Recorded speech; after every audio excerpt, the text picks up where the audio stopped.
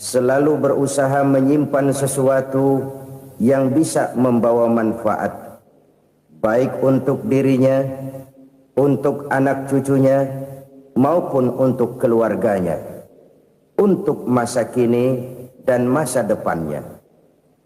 Kadang simpanan itu berbentuk uang, kadang berupa tanah, lain saat berbentuk pabrik, dan lain sebagainya. Sementara masa depan yang paling pasti adalah akhirat. Jika untuk masa depan dunia kita rela memeras keringat, membanting tulang, pergi pagi dan pulang petang, menyimpan uang, menyimpan tanah, menyimpan pabrik, pernahkah kita merenung jika satu saat kiamat datang, kita dibangkitkan dari kubur masing-masing, berdiri di padang mahsyar untuk mempertanggungjawabkan seluruh kegiatan hidup kita di dunia ini, lalu kita akan menuju ke alam akhirat. Sudahkah kita mempunyai simpanan untuk akhirat kita? Pada pertemuan kali ini saya ingin menyampaikan sebuah hadis di mana Rasulullah sallallahu alaihi wasallam bersabda, arba'un min kanzil jannah. Simpanan sorga ada 4 macam. Yang pertama, ikhfa'us sadaqah, menyembunyikan sedekah. Saudara-saudara kaum muslimin, sebagaimana yang kita maklum bahwa Allah Subhanahu wa taala melebihkan sebagian rezeki dari kita terhadap yang lain. Ada yang kaya, ada yang setengah kaya, ada yang miskin, ada yang setengah miskin, dan selanjutnya. Ada yang gajinya kecil tapi penghasilannya gede. Ada yang penghasilannya gede tapi enggak punya gaji. Ada juga yang memang gajinya gede dan penghasilannya gede. Kelebihan rezeki merupakan sunnatullah dan tidak harus membuat kita merasa lebih dari yang lain. Bahkan sebaliknya, kelebihan itu harus membuat kita ringan tangan untuk menolong mereka yang memang memerlukan pertolongan. Kalau saudara diberikan ilmu, maka pertanyaan akhirat cuma satu: ilmumu kau amalkan untuk apa? Kalau saudara diberikan umur yang panjang, pengadilan akhirat juga bertanya satu: umurmu kau habiskan di mana? Tapi kalau saudara diberikan harta, pengadilan akhirat akan bertanya 2: hartamu kau dapat dari mana? Kau belanjakan kemana? Dari mananya ditanya dan kemananya juga ditanya. Oleh karena kita akan dimintakan pertanggungan jawab, maka amanah yang bernama harta ini harus kita gunakan dengan sebaik-baiknya. Ada penggunaan yang merupakan kewajiban, itu zakat namanya. Ada penggunaan yang sewaktu-waktu, itu infak namanya. Ada yang lebih sewaktu-waktu lagi, dan itu sedekah namanya.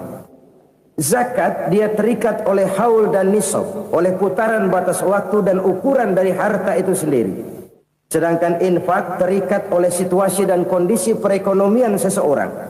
Sedangkan sedekah tidak terikat dengan apapun. Dalam kondisi seperti apapun kita bisa melakukan sedekah dengan yang terkecil sekalipun. Sampai-sampai Rasulullah sallallahu alaihi wasallam mengajarkan, la tahqiranna minal ma'rufi syai'an walau an talqa akhaka biwajhin talik. Atau ada hadis, tabassumuka fi wajhi akhika laka shadaqah. Senyumanmu kepada temanmu adalah sedekah. Jadi untuk melakukan sedekah tidak harus dalam berbentuk uang. Dengan ilmu kita bisa sedekah, dengan tenaga kita bisa bersedekah, dengan pikiran kita bisa bersedekah, bahkan senyum kepada teman itu pun sedekah. Jadi kalau sedekah dengan uang memang belum punya uang, nyengir aja banyakin. Itu asal pada tempatnya, jangan lalu ketemu tiang listrik cengengesan. Tentu tidak pada tempatnya dan tidak wajar. Nah, sedekah yang paling dicintai Allah adalah sedekah yang disembunyikan. Artinya, jauh dari sifat riya. Kan kadang-kadang ada orang sedekah itu disebutkan namanya, apa tidak bagus? Kalau memang niatnya ikhlas, ya bagus-bagus saja untuk memberikan sugesti kepada yang lain. Si Fulan bin Fulan nyumbang sekian, diumumkan.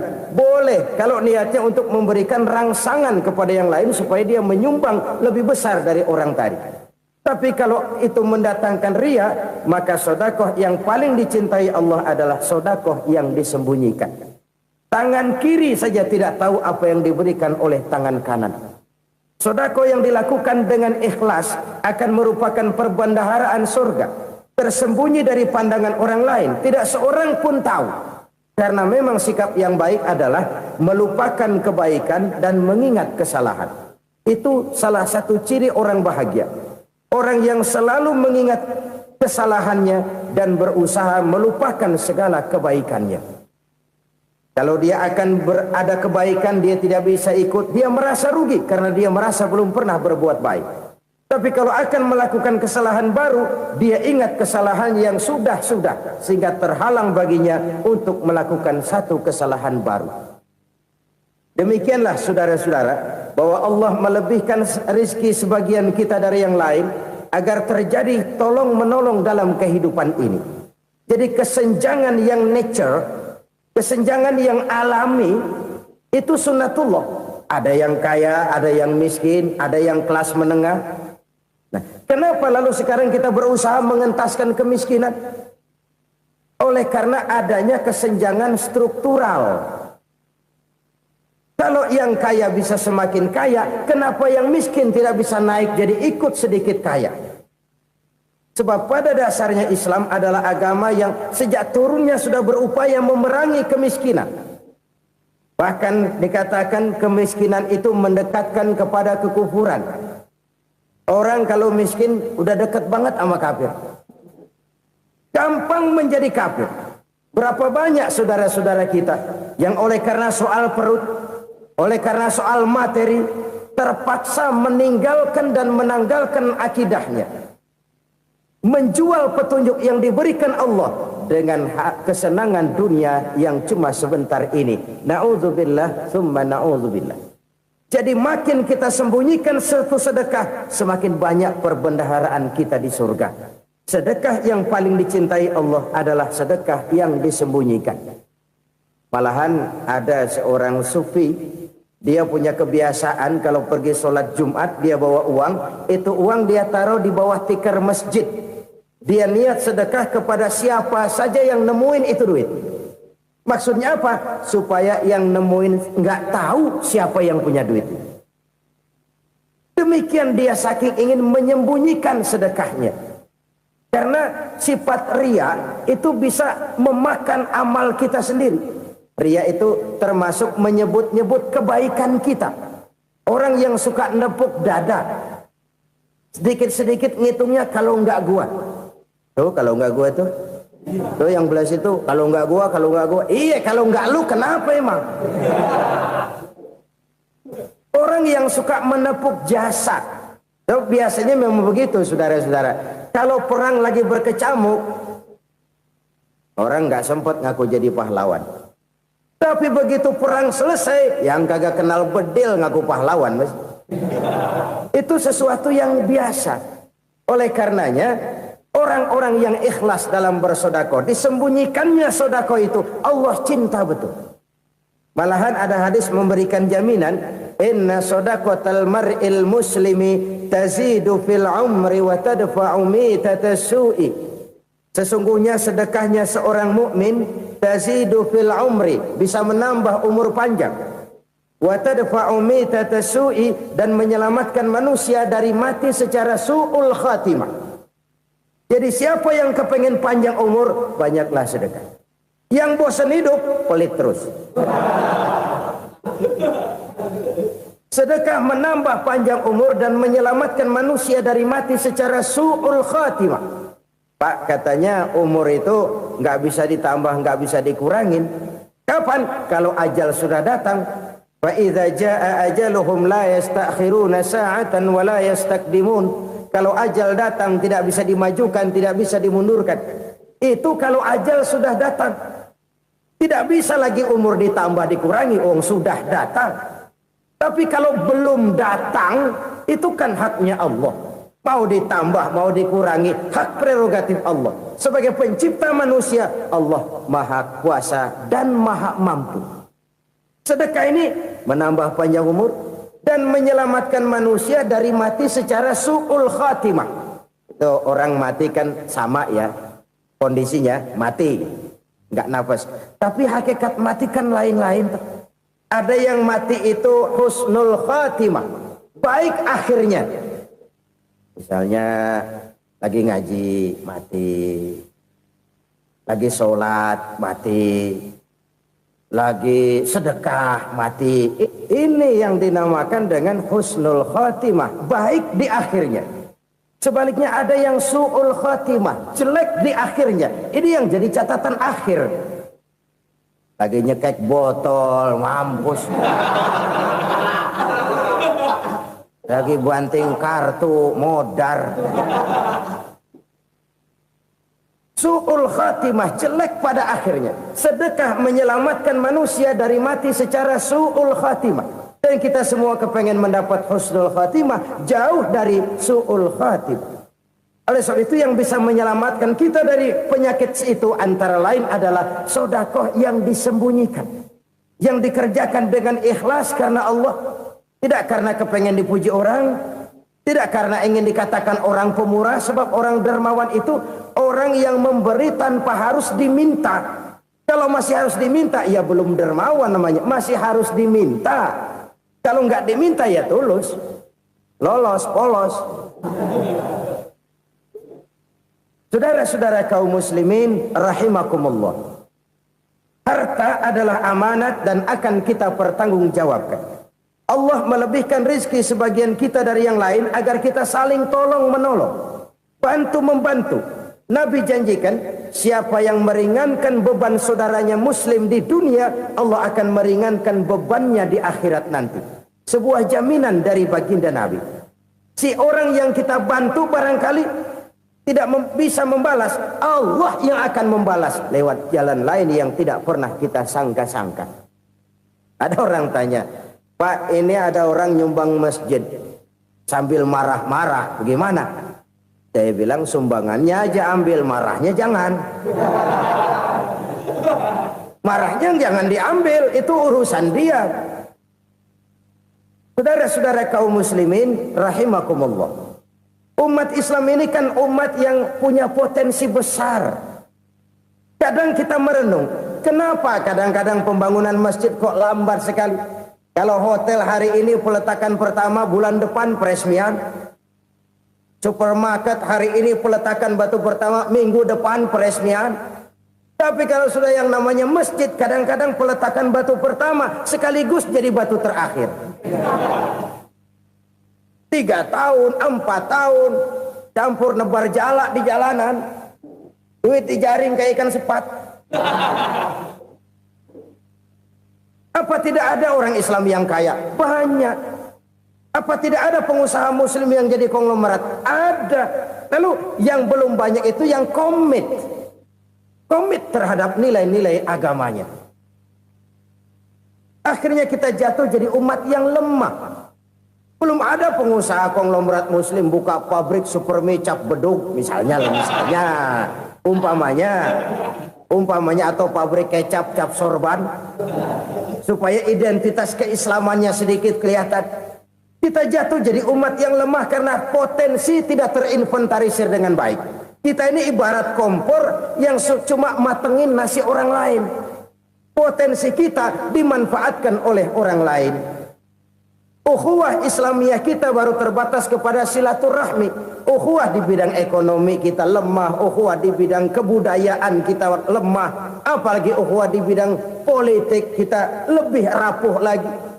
Padahal ukhuwah itu adalah totalitas kehidupan manusia, menyangkut ipolek sosbud, memerlukan nilai-nilai ukhuwah. Jadi oleh karena itu mari kita menyadari di dalam harta kita, walaupun kita yang cari, pergi pagi, pulang sore, peras keringat, banting tulang, di sana ada harta anak yatim. Di sana ada hak masjid. Di sana ada hak pesantren, di sana ada hak jihad. Berbahagialah seseorang apabila dia oleh Allah dijadikan keran. Keran itu menyimpan air, tapi tidak untuk dirinya, tapi disalurkannya kepada mereka yang memang memerlukannya. Saudara-saudara kaum muslimin rahimakumullah, ini yang pertama. Jadi perbendaharaan surga adalah menyembunyikan sedekah. Orang lain nggak tahu, kita pun nggak pernah ngitung-ngitung. Kita anggap lewat begitu saja, padahal itu deposit akhirat. Satu. Yang kedua, perbendaharaan surga itu apa? Wa kitmanul musibah, menyembunyikan kesulitan. Kadang orang takut menghadapi kesulitan, tapi makin kita merenung, hidup ini kan sebenarnya urusan. Takut sama urusan, ya jangan hidup. Tandanya orang hidup itu kalau punya urusan. Urusan melupakan problem. Problem sering menimbulkan kesulitan. Kesulitan bukan untuk ditakuti, tapi untuk diatasi dan dicarikan jalan keluarnya. Siapa sih orangnya yang nggak pernah sulit-sulit? Makin tinggi status sosialnya, makin gede urusannya. Makin tinggi kualitas imannya, makin berat tingkat kesulitannya. Cuma memang yang namanya enak itu seperti pelangi. Biang lala itu nggak pernah di atas kepala kita, di atas kepala orang melulu. Lo sih enak lo, kata kita. Dia juga bilang yang enak kan lo. Pelangi itu nggak pernah di atas kepala kita. Kata tukang beca, aduh enak ya naik Mercy. Kata tukang beca, apa yang di dalam mobil Mercy? Aduh enak bener tukang beca, di jok ngeringkuk ngorok pulas bener. Saya kamar pakai AC sejuk, tempat tidur sutra empuk, alga spring bed, kulak kulik nggak bisa pulas kalau belum minum Valium, belum tidur. Enak bener tukang beca, di jok ngorok nggak tahu wetan kulon.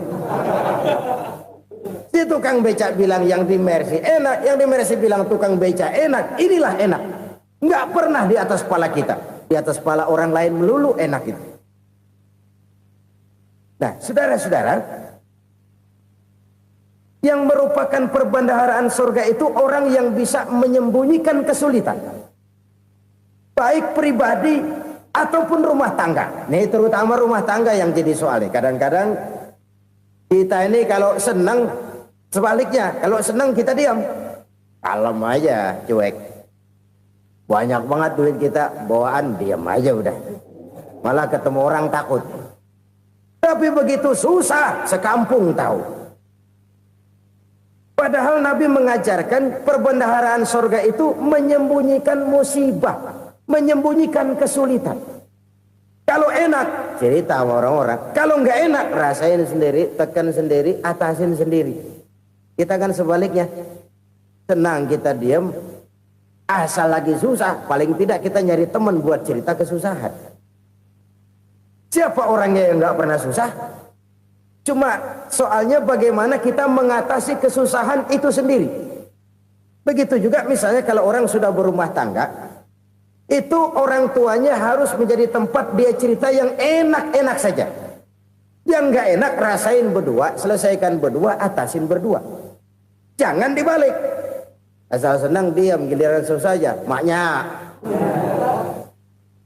laporan. Terbalik. Bisa menjaga security informasi. Maka nama bayam keluar diem, malah seluitan. Enak amat lo makan daging ayam. Security informasi.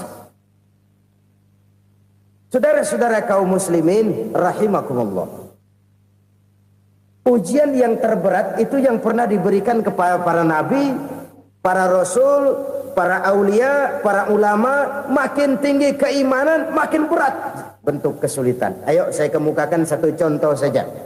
Ada seorang nabi yang kaya, nabi kaya, namanya Nabi Ayub. Iblis kalau orang begini kan keki,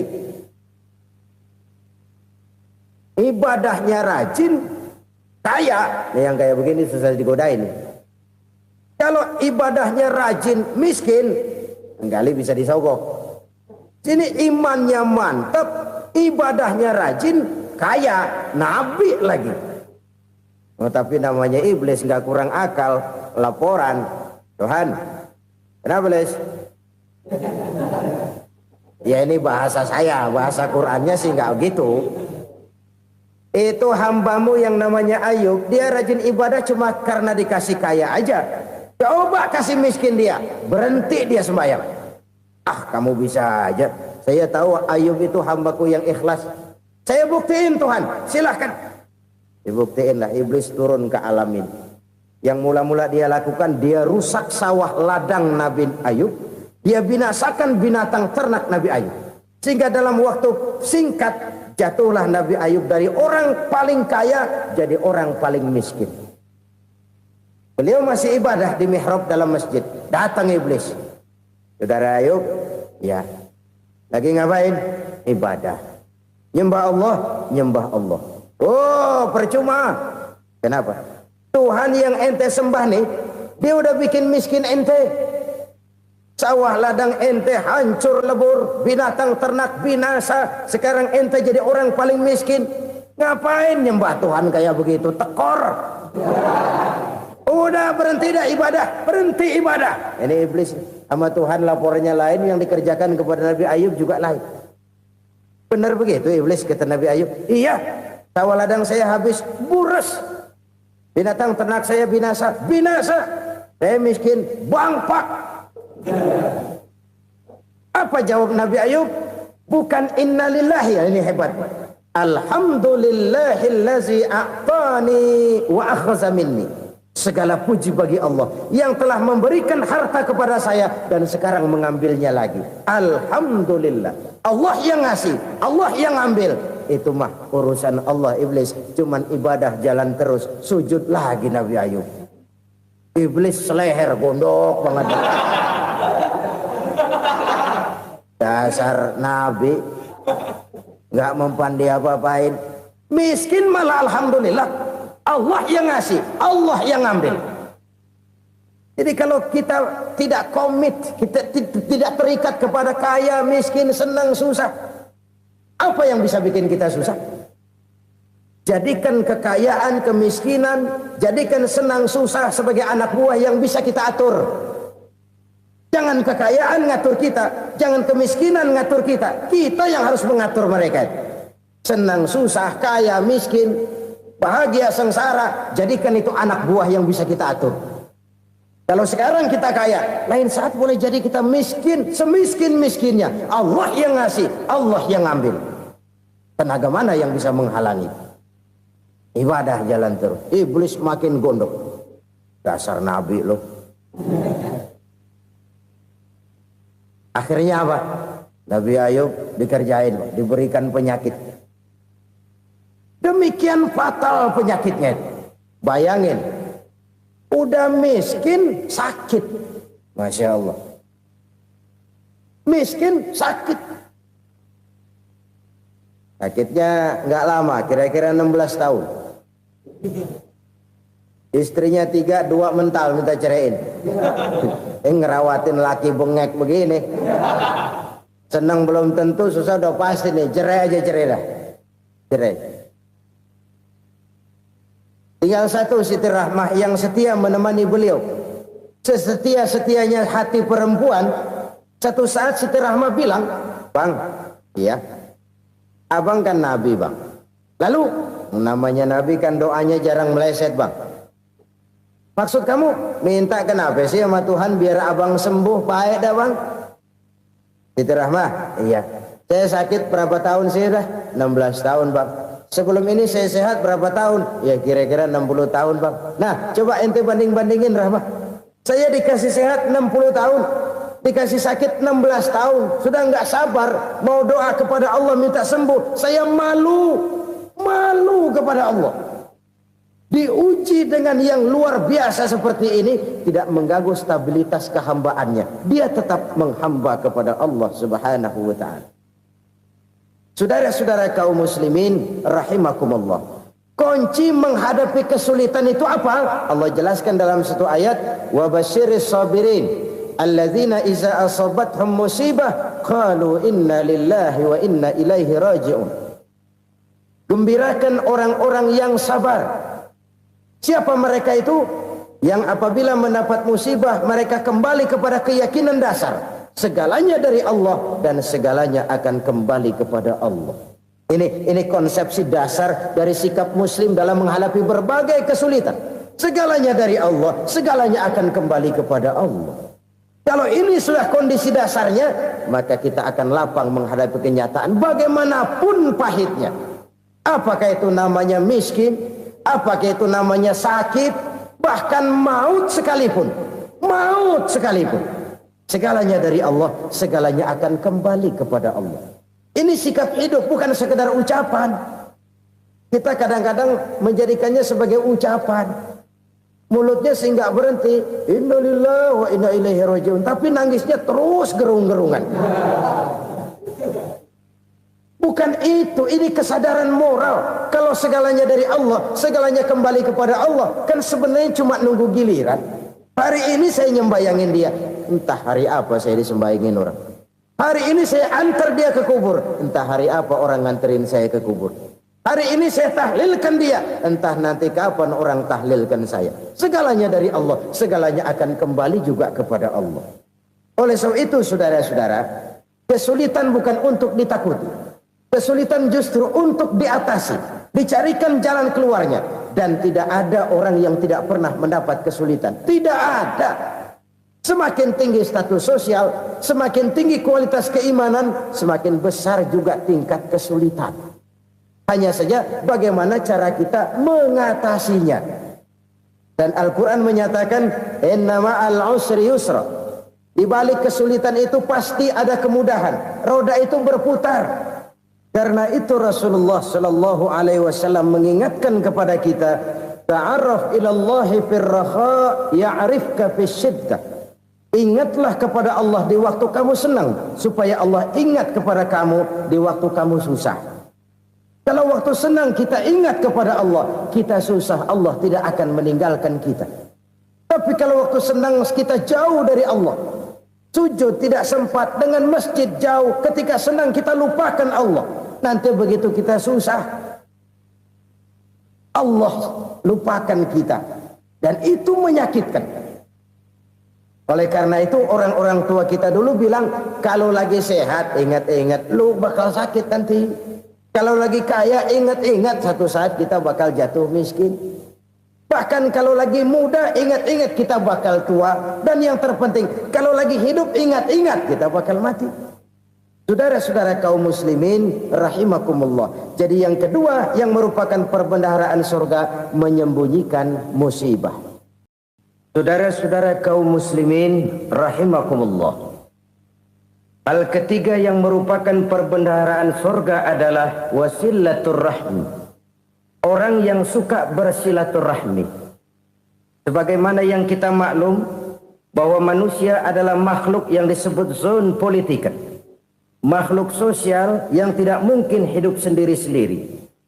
Betapa dan siapapun kita memerlukan orang lain. Bodoh betul manusia kalau tinggal di tengah masyarakat tapi tidak mau bermasyarakat. Merasa hebat sendiri, pintar sendiri, gagah sendiri, kaya sendiri. Mungkin kalau mati juga ngubur sendiri.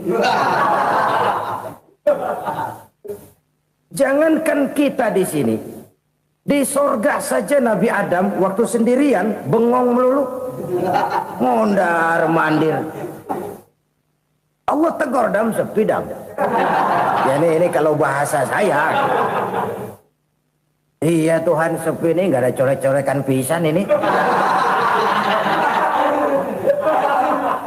Diciptakan Siti Hawa baru anteng Nabi Adam. Itu di surga. Cobalah. Umpamanya saudara tinggal di Jakarta nih. Kayak bener. Apaan aja di Jakarta punya saudara dah. Jembatan Semanggi ambil. Monas, Buntel bawa pulang. Hotel-hotel ambil semua. Cuman tinggal di Jakarta sendirian, apa enaknya? Betapa dan siapapun kita perlu orang lain. Tidak ada seorang pun yang bisa memenuhi kebutuhan hidupnya secara sendiri-sendiri. Nah, Islam telah menyelamatkan manusia dari ras diskriminasi. Mengikat manusia dengan persaudaraan yang berlandaskan kepada akidah. Karena itu dianjurkan bersilaturahmi. Bahkan Nabi menyatakan, man arada ayyubsata lahu fi rizqihi wa yunsa'a fi atharihi falyasil rahimah. Siapa yang kepengen diluaskan rezekinya dan dipanjangkan usianya, banyaklah ia bersilaturahmi. Siapa yang kepengen dimudahkan rezekinya, hendaknya ia banyak bersilaturahmi. Kalau banyak teman, kesulitan kan paling tidak ada tempat cerita. Udah susah sendirian, kita pikirin diri, nggak ada tempat tukar pikiran. Cepet banget sama bengek. Dilawan sendiri. Nah, secara makro kita bisa berkata, tidak mungkin ada kemenangan kalau tidak ada kekuatan. Tidak ada kekuatan kalau tidak ada kesatuan dan persatuan. Tidak mungkin ada kesatuan dan persatuan tanpa semangat silaturahmi. Kalau umat Islam mau menang, dia harus kuat.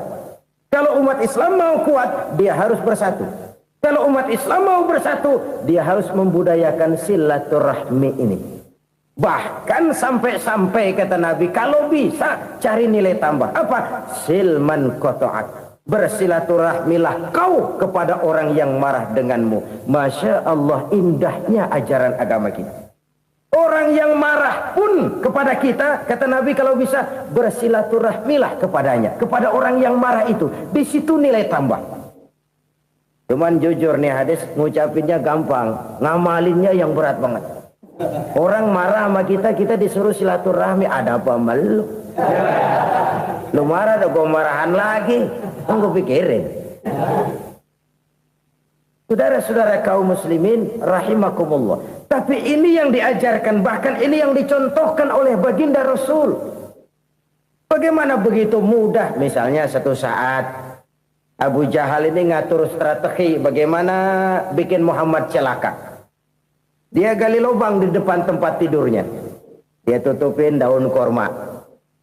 Terus dia panggil seseorang, ke sini.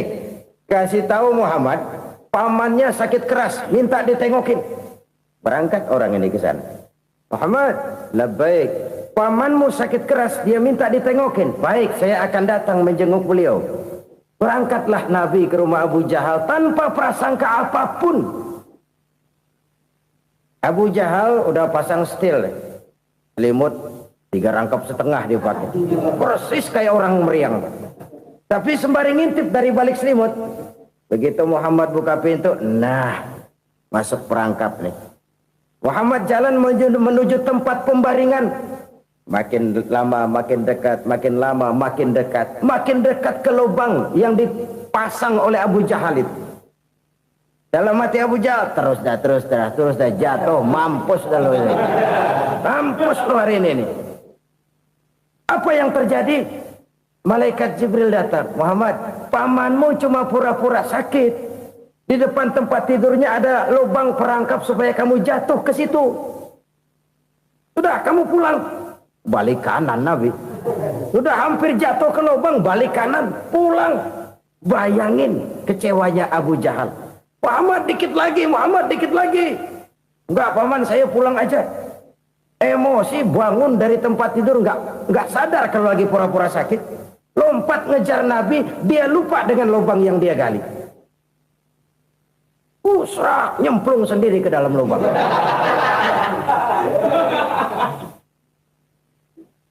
Nabi terus berlalu. Ini terjadi keanehan. Jatuh ke lubang yang dia gali itu sebenarnya nggak terlalu dalam ya. Antara 3-4 meteran lah. Tolong, saya jatuh ke lubang ini. Datanglah pelayan-pelayannya itu. Angkat saya dari sini. Oh, yang ngulurin tambang. Satu gulung, belum juga nyampe itu tambah. Kurang, beli lagi ke warung. Sambung, ulur lagi, enggak juga bisa sampai. Wah, ini kerjaan Muhammad ini. Tolong, siapa salah seorang kamu ke rumah Muhammad, kasih tahu encangnya kecebur. Minta ditolongin. Sampaikan kepada Rasul. Kenapa? Pamanmu jatuh ke lubang, Muhammad minta tolong diangkatin. Tambang udah nyambung-nyambung nggak nyampe juga. Ya, nanti saya datang, saya tolong. Coba. Nyata-nyata orang berniat jahat mau mencelakakan dia. Datang dia menolong. Ini yang disebut air tuba dibalas air susu ya ini. Bukan sebaliknya. Air tuba dibalas air susu. Paman, kecebur ya? Iya Muhammad, tolong ini. Pegang tangan saya. Nabi ulurkan tangannya. Nyampe. Dipegang oleh Abu Jahal. Diangkat ke atas. Sampai atas. Apa kata Abu Jahal? Sihirmu memang hebat Muhammad. Udah ditolongin dikata sihir. Yang enak kita kemplang kan itu orang begitu. Urusan apa? Tapi inilah akhlak. Kalau bisa kamu bersilaturahmilah dengan orang yang marah kepadamu sekalipun. Orang marah kita tetap baik. So, kalau kita berbuat baik sama orang yang memang baik, rasanya sih biasa-biasa aja. Orang baik kita baik lagi, ya draw aja, belum ada nilai tambah di situ. Baru ada nilai tambah kalau kita bisa berbuat baik kepada orang yang nyakitin kita. Itu namanya kita setingkat di atas dia. Dia sakitin kita, kita berbuat baik sama dia. Dia pelit sama kita, kita baik sama dia. Dia marahin kita, kita deketin dia. Di situ kita punya nilai tambah. Jadi siapa yang ingin diluaskan rezekinya kata Nabi dan dipanjangkan umurnya, hendaklah ia banyak-banyak bersilaturahmi. Sederhana sebenarnya silaturahmi, tapi silaturahmi membangkitkan semangat kesatuan dan persatuan. Kesatuan dan persatuan melahirkan kekuatan. Dalam matematika 1 ditambah 1 pasti 2. Tapi di tengah masyarakat, 1 orang takut ditambah 1 orang takut, hasilnya jadi 2 orang setengah berani. Kenapa setengah berani? Karena udah berdua. Tadi pan takut sendirian. Kalau dia kumpul turu-turu takutlah jadi berani. Kita yang lemah, kita yang tidak berdaya, kita yang miskin, kalau mau kompak bersatu, apa yang nggak bisa kita kerjain? Apalagi tinggal di kota besar, pilihan cuma 2. Bertahan atau minggir. Bertahan atau minggir. Untuk bisa bertahan harus mampu bersaing. Untuk mampu bersaing harus punya keahlian. Keahlian harus ditunjang dengan pendidikan, ditambah oleh kekompakan sebagai umat. Udah miskin mencar mulu, orang injak kita. Orang nggak pandang urusan apa malu. Oleh karena itu silaturahmi pada hakikatnya merupakan roh dari ukhuwah yang diajarkan oleh agama kita. Bagaimana Islam menyelamatkan masyarakat manusia dari ras diskriminasi, mengikat manusia, dan tidak ada persaudaraan yang lebih indah selain persaudaraan yang diikat dengan nilai-nilai akidah. Sepanjang orang di jalan Allah, itulah saudara kita. Keluar dia dari jalan Allah, selesailah persaudaraan sampai di situ. Karena itu, kalau ingin menyimpan sesuatu di surga, banyaklah bersilaturahmi. Datang ke rumah ini, datang ke rumah itu, dan lain sebagainya. Itu simpanan kita di akhirat nanti. Ini yang ketiga. Saudara-saudara, yang keempat, perbendaharaan surga itu apa? Wa qawlu la hawla wa la quwwata illa billah. Ucapan la hawla wa la quwwata illa billah. Ibadah kan ada yang berat, modalnya besar. Bangun masjid berat, modalnya besar. Bangun rumah sakit berat, modalnya besar. Ada ibadah yang berat tapi modalnya ringan. Misalnya puasa. Puasa itu berat, mengendalikan nafsu. Kalau sekedar nggak makan nggak minum sih enteng, mengendalikan nafsu. Itu jihad terbesar, tapi kan modalnya ringan, cuma niat saja. Ini ibadah berat, modalnya ringan. Ada ibadah yang ringan, modalnya juga enteng. Seperti termasuk ucapan la haula wa la quwwata illa billah. Tanpa sadar, la haula wa la quwwata illa billah. Nyelengin tuh di surga. Nyelengin, kita nggak terasa, nyelengin simpenan akhirat. La haula wa la quwwata illa billah. Nyimpen lagi. Kaget, la haula wa la quwata illa billah, nyimpan lagi, banyak simpenan. Walaupun sebenarnya yang dimaksud di sini adalah kesadaran batin bahwa tidak ada daya dan kekuatan kecuali Allah. Itu intinya. Kita memulai pekerjaan disunahkan baca bismillah, kan begitu. Apa itu? Kesadaran moral Bahwa ini saya bisa kerjakan. Saya kerjakan ini dengan menyebut nama Allah. Kenapa? Kalau Allah tidak memberikan daya dan kekuatan, mana mampu saya kerjakan ini. Maka saya kerjakan ini dengan menyebut nama Allah. Bismillah. Kesadaran moral. Manusia hanya wajib berusaha, tapi nggak pernah wajib berhasil. Banyak hal-hal yang kalau kita renungkan secara rasio nggak mungkin.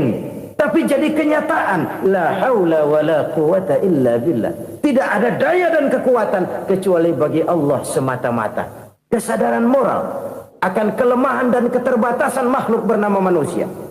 Kadang kita kagum dengan otak, tapi kita sering lupa sama yang bikin otak. Padahal bagaimanapun hebatnya otak, yang bikin otak pasti lebih hebat dari otak. Nggak percaya, silahkan otak-otakan. Inilah kecenderungan. Kita kagum dengan pesawat-pesawat mutakhir, bukan main, besi gede banget terbang itu. Alangkah hebatnya. Lalu apa yang bikin otak tidak lebih hebat dari itu semua? Kita puji laut, apa yang bikin laut tidak lebih hebat dari laut itu? La haula wa la quwata illa billah. Tidak ada daya dan kekuatan kecuali Allah. Apa yang bisa kita lakukan? Kalau tidak karena daya dan kemampuan yang diberikan oleh Allah kepada kita. Lahirlah sikap tawadu, rendah hati. Tidak melonjak menjadi angkuh dan sombong. Sadar akan kelemahan dan keterbatasan diri. Sebagai makhluk yang diciptakan oleh Allah subhanahu wa ta'ala. Jadi satu sisi ini ucapan yang berpahala. La haula. Jadi wiridan. Pada sisi lain ini kesadaran moral. Sikap mental, kesadaran batin bahwa yang punya daya dan kekuatan itu cuma Allah. Kita nggak pantas untuk sombong, sebab sombong itu pakaiannya Allah. Kita nggak sedang pakai pakaian Allah, kegedean. Dan makin kita renungi, makin terbentur.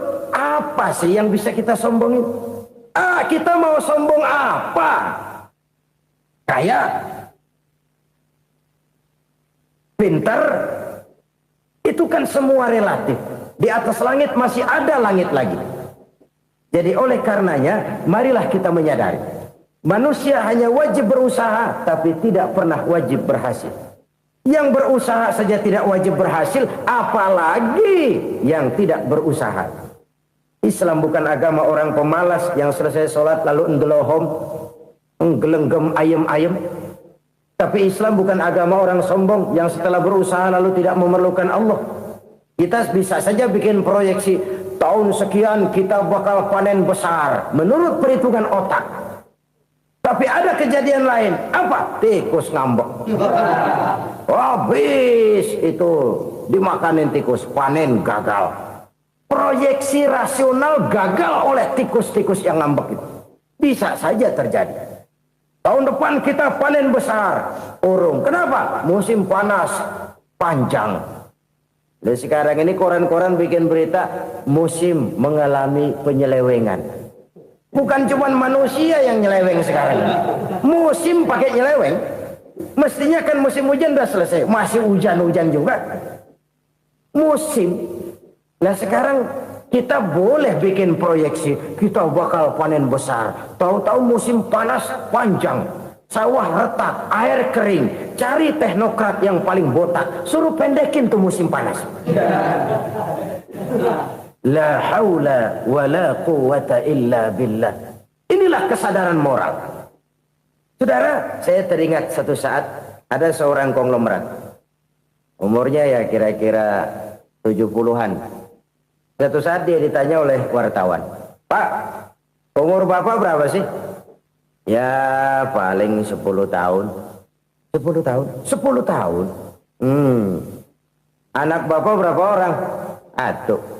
Satu saja? Satu. Harta Bapak berapa? Ya paling-paling bangsa 7 juta kali. 7 juta? Iya. Pak, kenapa Bapak bohongi saya? Bapak punya buku biografi. Koran-koran, majalah-majalah banyak memuat cerita riwayat hidup Bapak. Saya tahu umur Bapak 70. Kenapa bilang cuma 7 tahun?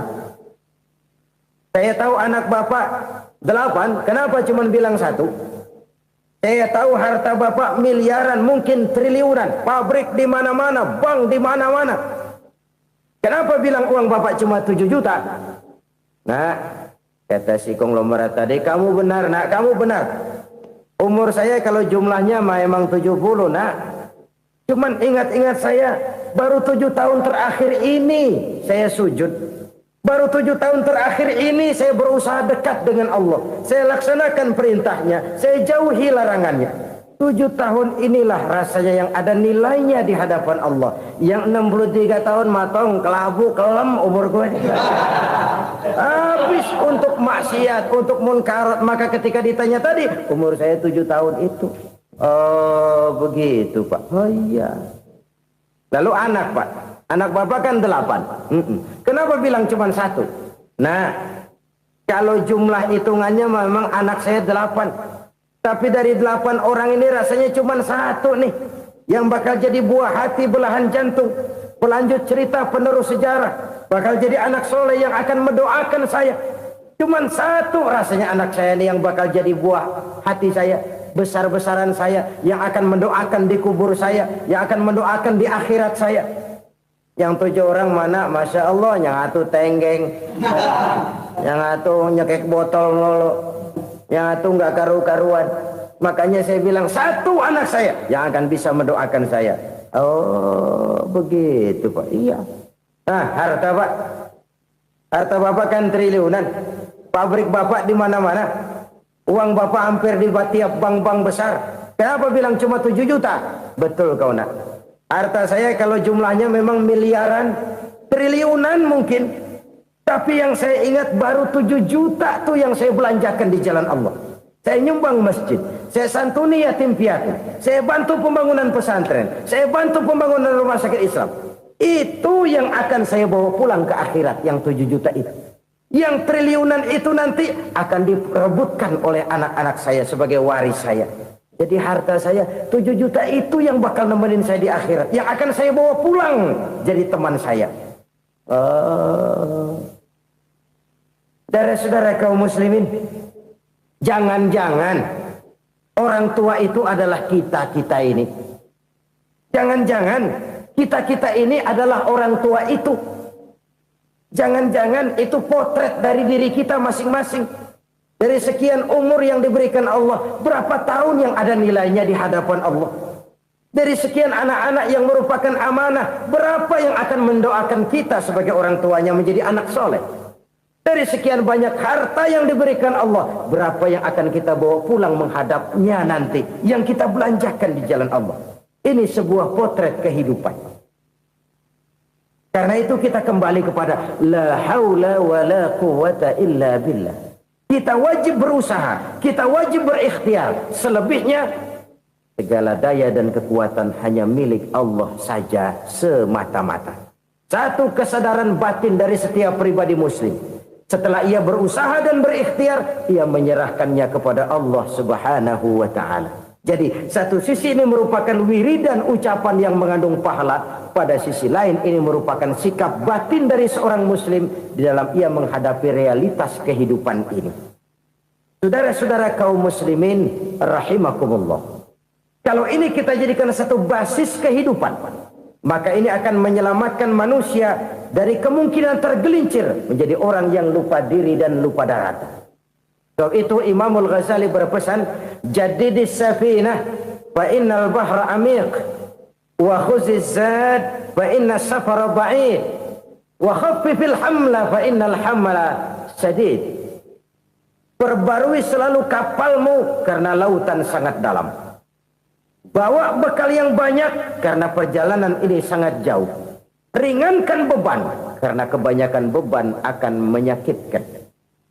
Alangkah indah kalimat ini, alangkah dalam makna yang terkandung di sana. Perbarui selalu kapalmu karena lautan sangat dalam. Apa artinya ini? Jaga mentalmu baik-baik. Pelihara imanmu baik-baik karena hidup penuh cobaan seperti lautan. Kita kalau berlayar di lautan kan kadang-kadang tenang, angin bertiup sepoi-sepoi basah. Jika malam datang bintang gemintang bertabur menghias cakrawala. Rembulan memantulkan sinarnya dengan indah. Dalam keadaan begitu berlayar enak. Tapi lain saat ombak menggunung, halilintar menyambar, angin topan bertiup. Berapa banyak sudah saudara-saudara kita yang tenggelam di lautan dunia tanpa sadar bahwa dia belum sampai kepada pantai yang akan dituju. Berapa banyak sudah saudara-saudara kita yang tenggelam di lautan dunia ini tanpa sempat bangkit lagi. Dia menyangka sudah sampai kepada tujuannya. Hati-hati kapal jangan sampai bocor karena lautan sangat dalam. Iman ini jaga baik-baik karena hidup penuh dengan ujian. Wa khuzizat fa inna safara ba'id. Bawa bekal yang banyak karena perjalanan sangat jauh. Saudara mau ke Bandung, bawa duit. Saudara mau ke Surabaya, banyakan lagi duitnya. Saudara mau ke Mekah, gepokan, iketan tuh duit nggak lembaran lagi. Makin jauh perjalanan, makin banyak bekal yang harus kita bawa. Kalau saudara dari Jakarta mau ke Surabaya, kagak bawa duit berangkat juga, itu sih bukan berani namanya, nekat. Sampai Surabaya belum tentu, sengsara di jalan udah pasti. Kenapa? Nggak bawa bekal berangkat. Sama juga kita nih, misalnya belum sempat sembahyang, mati. Waduh, berani banget orang. Belum punya bekal, mati. Sengsara di jalan. Atau bekal tidak cukup. Dari Jakarta saudara mau ke Surabaya, bawa duit 500 perak. Paling jauh Cikampek nyampenya itu. Paling jauh itu. Antara jauhnya perjalanan dengan bekal yang saudara bawa tidak seimbang. Hidup ini perjalanan panjang. A walking tour. Dimulai dari alam arwah. Sebelum jasad diciptakan, roh diciptakan lebih dulu. Dari situ pindah ke alam rahim. Dari alam rahim pindah ke alam dunia. Dari alam dunia pindah ke alam barzah. Baru menuju akhirat. Satu perjalanan panjang. Kalau bekal tidak bawa, sengsara di jalan. Bawa bekal yang banyak karena perjalanan ini sangat jauh. Wa khaffifil hamla, ringankan beban karena beban itu cuma akan menyulitkan. Kalau bekal itu sih keperluan, tapi beban nggak kita perluin, coba ngeberat-beratin. Apa ini beban? Dosa, kecurangan, kebatilan, kezoliman, ketidakadilan, kesewenang-wenangan. Itu akan jadi beban kita di akhirat. Alangkah celakanya, perjalanan panjang, bekal tidak bawa, beban kelewat banyak, alamat sengsara di jalan. Pahala tidak ada, dosa berlipat ganda. Na'udzubillah, summa na'udzubillah. Kalau kita rangkum nasihat Al-Ghazali dengan kisah si konglomerat tadi, kita akan mengambil kesimpulan. Pertama, bekal terbaik dalam menghadapi gejolak kehidupan ini tidak lain adalah iman. Yang kedua, pahala dan dosa. Dua hal kontroversial. Pahala adalah bekal, dosa adalah beban. Tapi kita sekarang kan tidak begitu terangsang kepada yang abstrak. Orang berlomba mencari yang konkret-konkret saja. Yang real. Kalau memang dosa, benjol dong. Kira-kira begitu. Kira-kira begitu. Persis orang Yahudi dulu. Orang Yahudi itu kan pernah minta kepada Nabi Musa. Ya Musa, lan nu'mina laka hatta narallaha jahrah. Musa, kami nggak bakal mau beriman kepada Allah kalau belum kami lihat Allah ada nongkrong di depan kami. Kalau memang Tuhan ada, taruh dong di depan kami. Mau yang konkret-konkret saja. Kalau memang dosa, benjol dong. Kalau memang pahala, berasa dong. Orang terangsang kepada yang real, yang konkret-konkret saja. Karena itu, untuk mengejar dosa, orang mau bayar. Tapi untuk mengejar pahala, walaupun tidak bayar, orang segan. Ini yang dikatakan oleh Nabi, kamu mengharapkan ke surga, tapi kamu berat melaksanakan sesuatu yang bisa membawa kamu ke surga. Kamu ingin jauh dari neraka, tapi tiap saat kamu lakukan perbuatan-perbuatan yang justru menjerumuskan kamu ke neraka. Idda'aitum an-najata minan nar wa ramaitum fiha anfusakum. Kamu ingin selamat dari neraka, tapi kamu lemparkan diri kamu ke neraka. Kamu ingin masuk surga, tapi berat sekali kamu melakukan perbuatan-perbuatan yang bisa menyampaikan kamu di surga. Saudara-saudara kaum muslimin rahimakumullah. Jadi hal keempat yang merupakan perbendaharaan surga adalah la haula wa la quwata illa billah. Satu sisi ini merupakan ucapan yang memperberat timbangan akhirat. Pada sisi lain ini merupakan sikap hidup seorang muslim. Kesadaran batin yang sangat dalam bahwa tidak ada daya dan kekuatan kecuali Allah. Dan itu kita simbolkan pada saat memulai pekerjaan dengan bismillah, dengan menyebut nama Allah. Satu kesadaran moral, saya hanya bisa melakukan ini karena diberikan daya dan kekuatan oleh Allah. Lahirlah sikap tawadu, rendah hati, tidak melonjak menjadi angkuh dan sombong. Saudara-saudara, sampai sini dulu jumpa kita kali ini. Semoga 4 perbendaharaan surga ini dapat kita lakukan, yang kelak akan merupakan bekal kita di kemudian hari nanti. Amin ya rabbal alamin. Terima kasih atas segala perhatian, mohon maaf atas segala kekurangan. Usikum wa iyaya bitaqwallah. Wassalamu alaikum warahmatullahi wabarakatuh.